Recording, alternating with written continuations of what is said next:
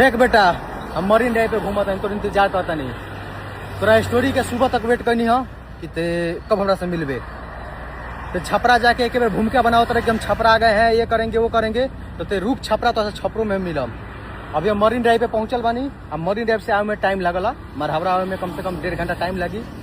1.5 से 2 घंटा ते वेट कर, अभी से टाइम नोट कर ले। और 1.5 से 2 घंटा वेट कर, तोरा से हम वही जग मिलम।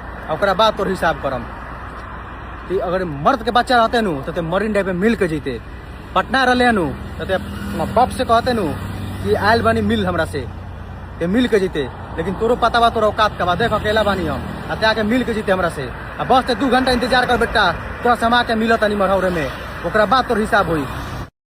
अरे लाल बाल वाला सुअर, थोड़ा तो शर्म कर। मैं चंडीगढ़ से आया हूँ यहाँ पे तेरे शहर में, पटना, जहाँ का तू गुंडा बन रहा था कि पटना आके दिखाओ पटना, वहाँ आकर के तेरे शहर में, तेरे गांव में आ गया, मंदिर में आकर के पूरा लोकेशन के साथ रुका हूँ।